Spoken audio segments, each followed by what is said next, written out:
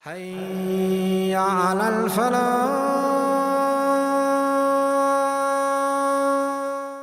So you don't have to give up your faith because of people who have a warped understanding. No, continue teaching the people that, look, I'm a Muslim. For example, I'm a Muslim and I'm a good Muslim, I'm a devout Muslim, but I'm reaching out to you. I love you. There are sects among the Muslimin. We get along. That's how it should be. We should be getting along. We should greet each other. This business of labeling people kafir is one of the roots of the problems we have.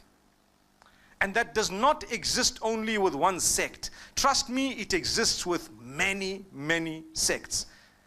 When you have a difference, say, no, this one's a kafir. Why? For what? Why use heavy terms? Obviously, this might be understood by the Muslims more than others. But we know it's a problem because the minute you label someone with these labels that are so heavy, do you know what will happen? It creates a sense of going back to some rulings in the hearts of some of the Muslims. And you know the ruling of apostasy, for example. Some of them have made mention of some harsh rulings. The problem is the people start taking the law in their own hands. That's where the problem is.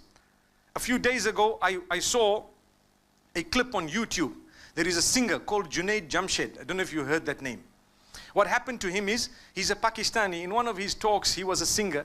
And he turned to the Deen and he became a little bit more serious about his faith. But still, he was promoting something, saying something. In his statements, you know, we are human beings. I'm sure we have a slip of the tongue now and again. It's normal. Look, I'm speaking to you without a paper. So it's definitely possible. In fact, I would have slipped up here and there, either linguistically, I might have said one or two things, I may not have finished what I started and so on. It's normal. Human beings, that's what we are. Someone picked something and said, this man is blasphemous against Aisha radiallahu anha.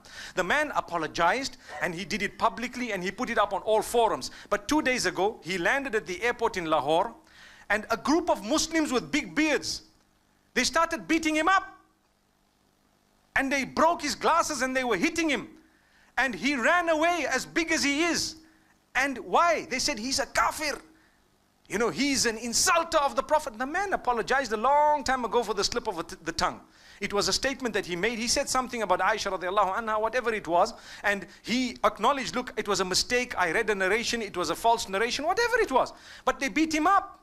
Those are the ones who are listening to the others who is sitting back in their little parlors, calling this one kafir, that one kafir. What happened? As a result, the public took the law in their own hands to hit him. There's a difference of opinion, leave the man. But he apologized on top of that. And still, what was the root of that? It was because someone somewhere called him a kafir. That's what it is.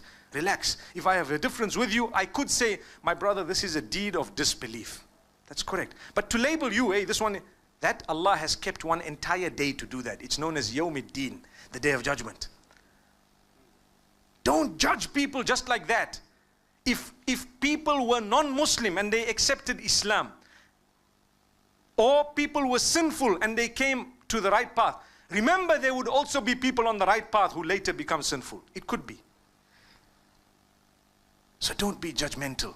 Try and contribute positively to everyone. Try and reach out to all. If you see something wrong, there is a way of correcting it. Think and think deeply, not just shallow. Think very deep. People are generally good, but the devil comes to us and makes us love gossip and start up a problem, and we get excitement when we see people fighting. Yeah, you see, it's gone there and it's for what? May Allah subhanahu wa ta'ala gather us together in Jannah the same way He has gathered us here. May Allah bless you all. Wa sallallahu wa sallam wa baraka ala nabina Muhammad.